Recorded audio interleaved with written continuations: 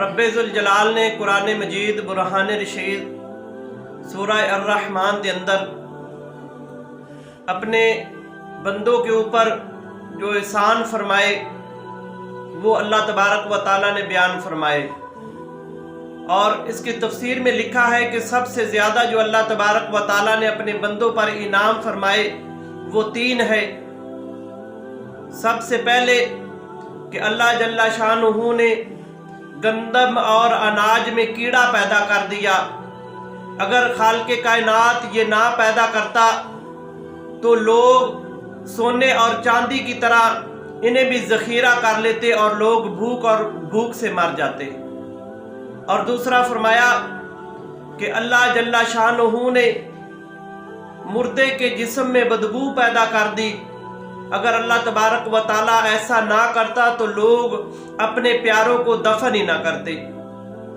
اور تیسرا فرمایا کہ رب ذوالجلال نے مصیبت اور غم کے بعد اللہ تبارک و تعالیٰ نے سکون دیا۔ اگر اللہ تبارک و تعالیٰ سکون نہ دیتا تو زندگی کبھی خوشگوار نہ ہوتی۔ اور پھر فرمایا کہ تم اپنے پروردگار کی کون کون سی نعمتوں کو جھٹلاؤ گے۔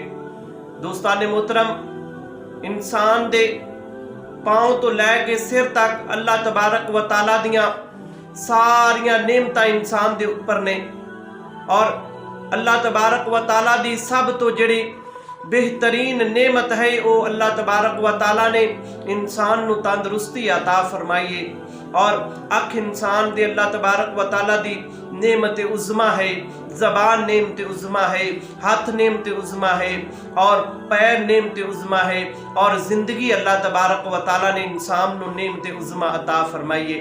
اس واسطے دوستان محترم، اللہ تبارک و تعالیٰ دیاں انہاں نعمتاں دی قدر کرو، اللہ تبارک و تعالیٰ دی شکر گزاری کرو، اللہ تبارک و تعالیٰ دی بارگاہ دے اندر سجدہ ریزی کرو، اور خالق کائنات دا شکر گزار بندے بنو۔